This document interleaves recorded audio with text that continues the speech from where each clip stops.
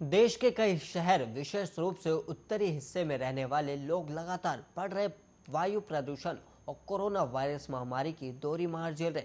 वायु प्रदूषण ने न सिर्फ आम जनता, सरकार और अदालत तक के नाक में दम कर दिया। देखिए हमारी एक खास रिपोर्ट।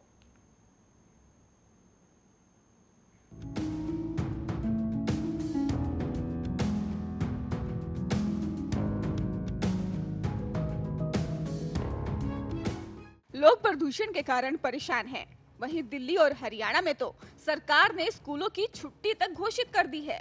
पिछले कई घंटों में AQI लेवल की बात करें तो परिणाम चौंकाने वाले हैं। दिल्ली नहीं, हरियाणा के नारनौल शहर में सबसे खराब वायु गुणवत्ता दर्ज की गई है।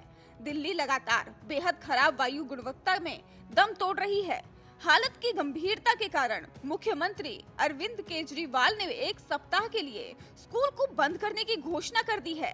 और आपको बता दें कि एक सप्ताह के लिए सभी सरकारी कार्यालयों में 100% वर्क फ्रॉम होम की घोषणा भी कर दी गई है।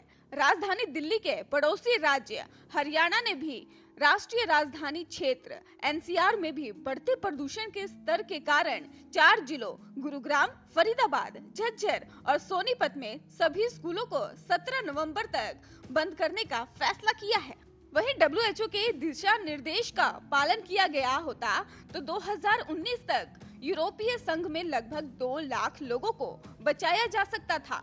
यूरोपीय पर्यावरण एजेंसी का कहना है कि सक्षम कण वायु प्रदूषण से होने वाले मौतों में पूरे यूरोप से सालाना 10% की गिरावट आई है, लेकिन अदृश्य हत्यारा अभी भी 3 लाख लोगों की मौत का जिम्मेदार है।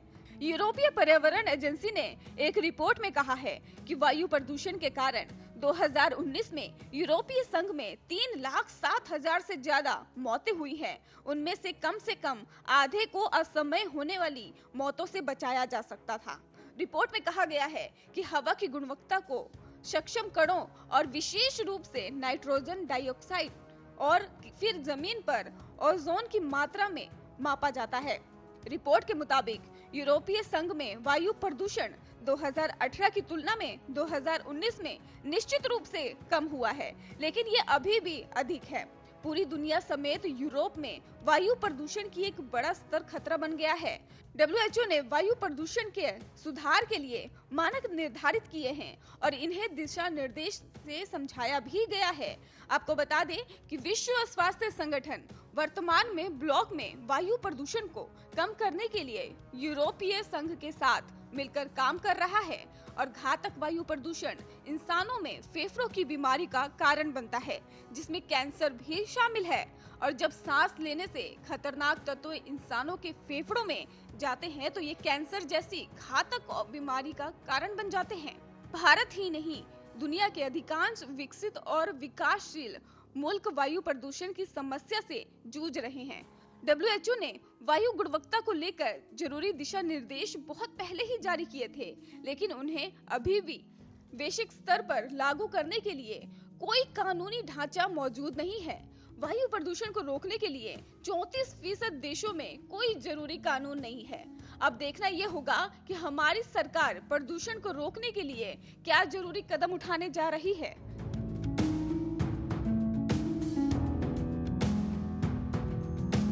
इसी के साथ राजस्थान के बुलेटिन में इतना ही। ऐसे ही देश और दुनिया की तमाम खबरों को आप देखते रहिए आर्या न्यूज।